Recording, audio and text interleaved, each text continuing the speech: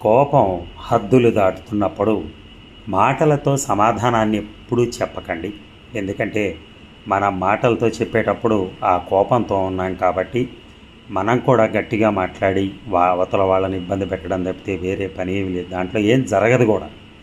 అలాగే వాళ్ళు కోపం ఎవరైనా చూపించినా సరే మన మౌనం కూడా దానికి కొన్నిసార్లు సమాధానం చెప్తుంది.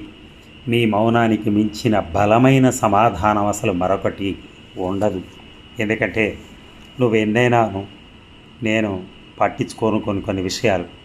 ఎందుకంటే నాకు తెలుసు ఏం జరగబోతుందో ఏం జరుగుతుందో, అంత విచక్షణ జ్ఞానం లేనివాడిని కాదు అని చెప్పని ఒక యోగిలాగా మౌనంగా ఉండటం మంచిది. ఎందుకంటే మాట అనుకోవటం వలన లైఫ్లో ఇంకొన్ని కష్టాలు ఎక్కువ అవుతూ ఉంటాయి, పెరుగుతూ ఉంటాయి.